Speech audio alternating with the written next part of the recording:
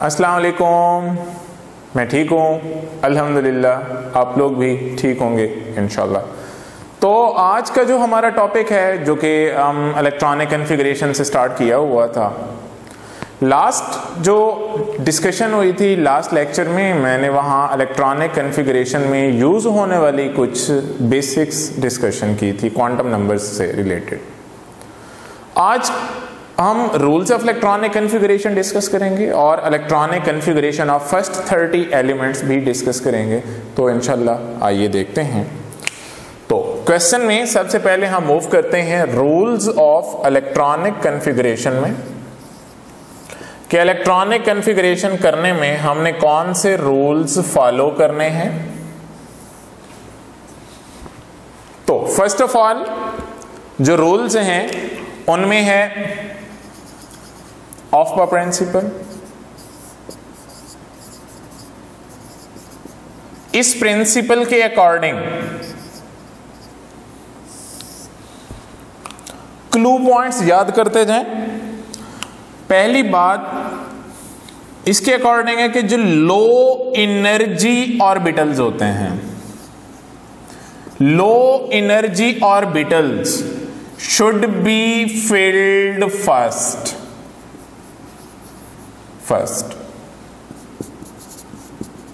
बस इतनी स्टेटमेंट याद रखें कि जो लो एनर्जी पे ऑर्बिटल होगा पहले उसको फिल करेंगे, जो उससे ज्यादा एनर्जी वाला होगा बाद में हम उसको फिल करेंगे। तो लो वाले पहले, फिर हाई वाले, फिर उससे ज्यादा, फिर उससे ज्यादा, जो कि डिस्कशन में करते आएंगे। ये है जी ऑफ्मा प्रिंसिपल। अब हमें कैसे पता चलेगा कि जो लो एनर्जी है किसकी लो एनर्जी है और कौन से ऑर्बिटल की हाई एनर्जी है? इसके लिए हम अप्लाई करेंगे n+l रूल। और अब यहां क्वेश्चन ये है कि ये n+l रूल क्या है? विज़ेजल्स रूल बोलते हैं इसको। विज़ेजल्स के अकॉर्डिंग आप हर ऑर्बिटल की n+l वैल्यू फाइंड करो। n यहां क्या है? प्रिंसिपल क्वांटम नंबर है, प्रिंसिपल क्वांटम नंबर है। l यहां क्या है? एजीम्यूथल क्वांटम नंबर है, एजीम्यूथल क्वांटम नंबर। तो आपने प्रिंसिपल क्वांटम नंबर और एजीम्यूथल क्वांटम नंबर की वैल्यूज हैं। लास्ट लेक्चर अगर आपको याद है तो उसमें मैंने यहां n की वैल्यू लिखवाई थी 1 2 3 सो ऑन। l की वैल्यूज भी लिखवाई थी कि s के लिए 0 होगी, p के लिए 1 होगी, d के लिए 2 और f के लिए 3 वैल्यू होगी। तो उन सब को हमने यहां क्या करना है? प्लस करना है। तो क्या करूं? प्लस करके आपके दो रिजल्ट्स होंगे। अगर आपको n+l वैल्यूज, सपोज दो ऑर्बिटल्स देते हैं, एक है आपके पास 1s और दूसरे है जी 2s ऑर्बिटल, 1s और 2s ऑर्बिटल। 1s की n+l वैल्यू कैसे फाइंड होगी? n वैल्यू मैंने आपको लास्ट लेक्चर में कहा था कि ऑर्बिटल के साथ जो वैल्यू होती है ये n होती है, शेल नंबर को रिप्रेजेंट करती है। तो 1 प्लस s के लिए l वैल्यू क्या होगी? n वैल्यू, ये पहली जो चीज होगी ये n की वैल्यू होती है। जो ऑर्बिटल होता है ये आपको l वैल्यू बताएगा। तो n+l वैल्यू में आना है, n1 है, l वैल्यू s की कितनी होती है? 0। तो मीन क्या वैल्यू मिलेगी आपको? 1। 2s की बात करें तो n की वैल्यू क्या है? 2। s की वैल्यू क्या होती है l के लिए? 0। तो मीन 2। अब देखें आपके पास एक 1 है और एक 2 है, तो पहले किसको फिल करूंगा मैं? लो वैल्यू को, लोअर वैल्यू, और एक होगी हायर वैल्यू। तो लोअर वैल्यू को पहले फिल करना है, हायर वैल्यू वाले ऑर्बिटल को सेकंड नंबर मीन बाद में आपने फिल करना है। अगर n+l वैल्यू से कोई ऐसी स्टेटमेंट आपको मिले, जैसे कि मैं एक्सप्लेन करूं, आपके पास है जी 4s और 3d, ये दो ऑर्बिटल्स हैं 3d और 4s। अब 3 के लिए n की वैल्यू कितनी है, 3d के लिए 3 n वैल्यू, d के लिए l की वैल्यू कितनी होती है 1, तो कितने के इक्वल होगा जी 4 के। 4s में आ जाओ, 4 की वैल्यू कितनी, 4s में n की वैल्यू 4, s के लिए l की वैल्यू 0, तो किसके इक्वल है 4 के।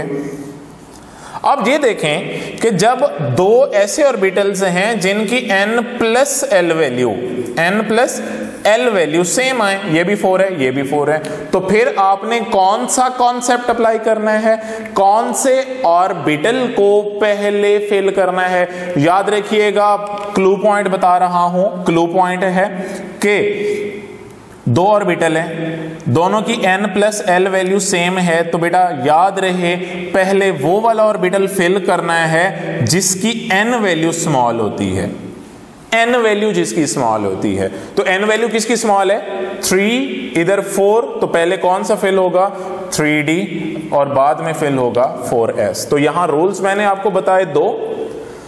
पहली तो बिल्कुल डिस्टिंक्शन है कि अगर n प्लस l वैल्यू जिसकी स्मॉलर है वो पहले फिल करोगे, जिसकी हायर है वो बाद में फिल करोगे, यहां तो कोई डिस्टिंक्शन नहीं है। अगर दो ऐसे ऑर्बिटल्स हैं जिनकी दोनों वैल्यूज मिली हैं आपको सेम, अगर सेम मिली हैं तो आपने पहले उसको फिल करना है जिसकी n वैल्यू कम होगी, n वैल्यू कम होगी। यह है आपका क्लू पॉइंट। नेक्स्ट रूल है आपका Pauli's exclusion. Pauli's exclusion principle.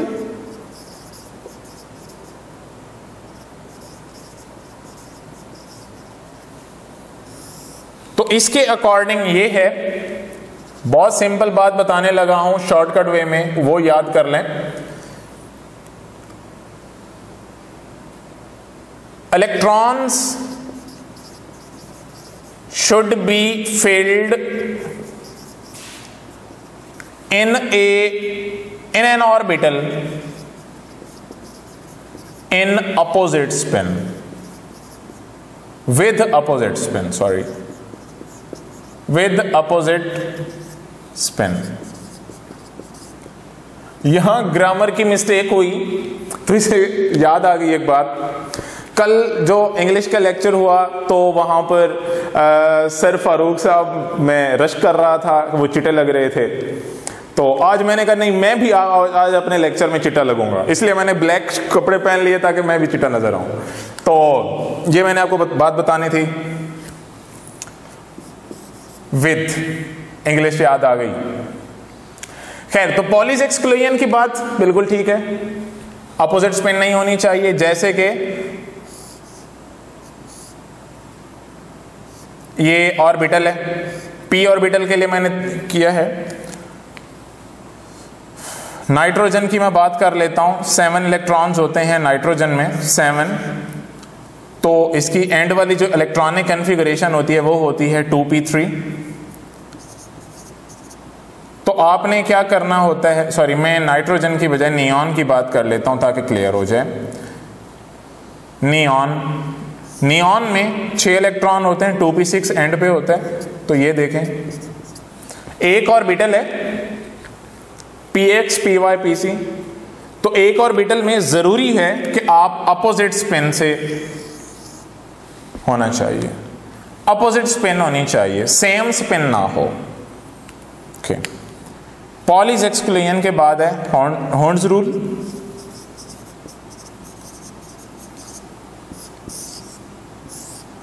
अब यहां पर बात की है, हमने अपने प्रीवियस लेक्चर में डिस्कस किया था कि जो सब शेल्स हैं, सब शेल्स के अंदर फर्दर क्या होते हैं, डीजनरेट ऑर्बिटल्स होते हैं। और वो जो डीजनरेट ऑर्बिटल्स होते हैं, जैसे p में px है, py है, pz है, अगर वही p ऑर्बिटल फिल हो रहा है, उसके 3 ऑर्बिटल्स भी हैं, आपके पास अवेलेबिलिटी जो है, अगर डीजनरेट ऑर्बिटल एक से ज्यादा हो, इफ डीजनरेट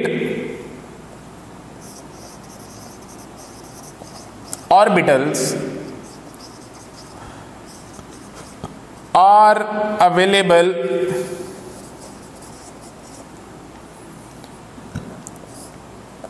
और कितने डीजनरेट ऑर्बिटल्स हैं, मोर देन वन। एक से ज्यादा डीजेनरेट ऑर्बिटल्स अवेलेबल हैं, तो क्या होगा? इलेक्ट्रॉन्स शुड बी फिल्ड या प्लेस्ड इन ईच ऑर्बिटल, कि हर ऑर्बिटल में इलेक्ट्रॉन को आप फिल करोगे विदाउट पेयरिंग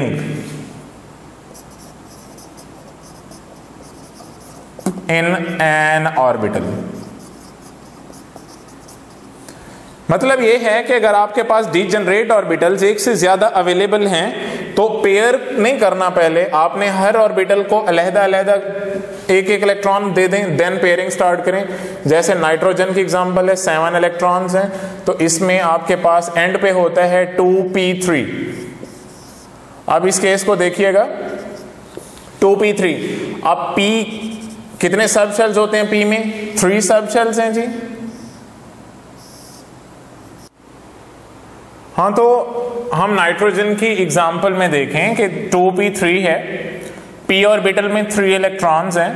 अब ऑर्बिटल अवेलेबल एक से ज्यादा है डीजेनरेट, तो पहले क्या करेंगे? हर ऑर्बिटल में सिंगल इलेक्ट्रॉन जो है आपने विद सेम स्पिन, यहां पर एक पॉइंट ऐड भी होगा कि आपने जो एक सिंगल इलेक्ट्रॉन पहले हर ऑर्बिटल को देना है वो किससे होना चाहिए? सेम स्पिन से होना चाहिए, इसकी मिस्टेक नहीं करनी। हाँ, अगर आपके पास एक से ज्यादा ऑर्बिटल्स हैं और इलेक्ट्रॉन्स भी ज्यादा हैं तो पहले सिंगल फिल कर लें, उसके बाद पेयरिंग स्टार्ट करनी है। जैसे कि ऑक्सीजन के केस में हम कह सकते हैं कि ऑक्सीजन में 8 इलेक्ट्रॉन्स हैं, तो ये एंड पे होता है 2p4, p में 4 इलेक्ट्रॉन्स होते हैं, तो 3 पहले सिंगल एक electron with same spin, 4 electron है तो फिर पेयरिंग स्टार्ट करनी है विद अपोजिट स्पिन। तो ये भी क्लू पॉइंट है कि पेयरिंग जो होगी आपकी, पेयरिंग अपोजिट स्पिन से होनी चाहिए, अपोजिट स्पिन से, और जो सेम स्पिन होगी आपकी एक इलेक्ट्रॉन जब आप हर ऑर्बिटल में ऐड करेंगे। तो ये है आपके पास जी हॉर्न्स रूल। अब इन तीनों रूल्स को अप्लाई करते हुए हमने इलेक्ट्रॉनिक कॉन्फ़िगरेशन स्टार्ट करनी है। फर्स्ट जो 30 एलिमेंट्स हैं आपके, उसमें हम डिस्कशन करते हैं। अब एक जनरल सा रूल याद कर लें सिंपल वे में। पहला शेल होता है जी 1s, शेल k, उसके अंदर 1s, उसके बाद होता है जी 2s, उसके बाद 2p। ये पहला शेल हो गया k और ये दूसरा शेल हो गया l। फिर तीसरा शेल आएगा 3s, 3p, 3d और ये k शेल, और फोर्थ शेल जो आएगा आपके पास 4s। यहां तक हमने डिस्कशन करनी है, आगे रहने दें। 4p, 4d, 4f हमने उनकी बात नहीं करनी, हमने इन 4 को डिस्कस करना है k, l, m, n तक। सॉरी, ये k नहीं है, m, k, l, m, n, ये 4 शेल्स 4s तक हमने यहां डिस्कशन करनी है। तो ये आपको ऑर्डर याद रहना चाहिए। हाँ, अब जब यहां 3d और 4s पर आएंगे तो यहां पर थोड़ा सा ऑर्डर चेंज होगा। जो ऑर्डर चेंज होगा तो हम टाइम पे वहां डिस्कस करेंगे कि 3s और 4s और 3d में क्या डिफरेंस है। फर्स्ट एलिमेंट है हाइड्रोजन। हाइड्रोजन के पास 1 इलेक्ट्रॉन होता है तो ये 1s1 हो जाएगा। फिर है जो हीलियम 2, ये हो जाएगा 1s2। लिथियम है जी 3, इसके अंदर 1s2। अब s कंप्लीट हो गया तो फिर क्या मूव करना पड़ेगा हमें? s complete. तो अब आगे सेकेंड शेल पे आ जाएं तो वो 2s1। बेरिलियम 4, तो ये हो जाएगा आपके पास 1s2, 2s2। अब दूसरा 2s भी कंप्लीट हो गया, आगे क्या आ गया? जैसे बोरॉन है 5, तो इसमें 1s2, 2s2, 2p1 बोरॉन से। तो boron, carbon, nitrogen, oxygen, fluorine और नियॉन, ये एंड तक चलते आएंगे तो ये P2 हो जाएगा, ये 2P3 हो जाएगा, 2P4 हो जाएगा, 2P5 हो जाएगा और 2P6 हो जाएगा, 2P6 हो जाएगा। तो ये सारी चीजें आपको नजर आ रही होंगी। तो ये देखें, एक एक इलेक्ट्रॉन क्या होता गया, इंक्रीज होता गया। अब नेक्स्ट हम कहां जाएंगे जी, नियॉन के बाद सोडियम पर सोडियम 11 है। तो अब देखें 2p ये क्लियर हो गया। अब नेक्स्ट स्टार्ट हो जाएगा जी 1s2, 2s2, 2p6, अब 3s1 ऑनवर्ड चलते जाएं। सोडियम से मैग्नीशियम है, एल्यूमिनियम है, सिलिकॉन है, फास्फोरस है, सल्फर है, क्लोरीन है और ऑर्गन है। यहां पर मैग्नीशियम हो जाएगा 3s2, एल्यूमिनियम एंड पे आ जाएगा जी 3p1, p1 क्योंकि जब 3s कंप्लीट होगा p स्टार्ट हो जाएगा, तो ये हो जाएगा 3p2, 3p3, 3p4, 3p5 और 3p6। ये है इलेक्ट्रॉनिक कॉन्फ़िगरेशन, बाकी सेम चलती आएगी। अब पोटाशियम आएगा जी, पोटाशियम 19, ऑर्गन 18 है, 19, तो एंड पे ये हो जाएगा 3p क्योंकि अब कंप्लीट हो गया। अब यहां से आगे हमारा पोटाशियम से ऑनवर्ड हमारी इलेक्ट्रॉनिक कॉन्फ़िगरेशन में थोड़ा चेंज आता है। अब कौन सा चेंज आता है ये देखें इधर। पोटाशियम के केस में 19 इलेक्ट्रॉन है। हमारे पास अब ऑर्बिटल 3d4s है। 3d के लिए n+l वैल्यू देखें क्या है, n वैल्यू 3, d के लिए l की वैल्यू क्या होती है 2, तो किसके इक्वल वो 5 के। अब 4s के लिए देखें, n वैल्यू कितनी है 4, s की l वैल्यू कितनी होती है 0, तो क्या हो गया 4। अकॉर्डिंग टू n+l रूल, ये देखें इधर, ये जो आपके पास n+l रूल है, यहां हमने डिस्कशन की, यहां मैं आपको बता चुका हूं कि n+l रूल में कि अगर जो एक लोअर वैल्यू और हायर, तो पहले किसको हमने फिल करना है लोअर वैल्यू को, तो 4s की वैल्यू कम है, 3d की ज्यादा है, तो पहले हम किसको फिल करेंगे, पहले हमने फिल करना है 4s को। तो mean according to n+l rule पहले 4s फिल होगा। तो पोटाशियम की जो इलेक्ट्रॉनिक कॉन्फ़िगरेशन बनेगी ये होगी 1s2, 2s2, 2p6, 3s2, 3p6 और 4s1। कैल्शियम 20, तो इसमें एंड पे आ जाएगा 4s2। अब जब 4s2 कंप्लीट हो जाएगा तो नेक्स्ट 3d स्टार्ट होगा। अब 3d के लिए मैं यहां पर सीरीज लिख रहा हूं। हमारे पास है जी 3d scandium, titanium, vanadium, chromium, manganese, iron, cobalt, निकल, कॉपर और जिंक। इन सारे एलिमेंट्स को हम नेम देते हैं 3d सीरीज का।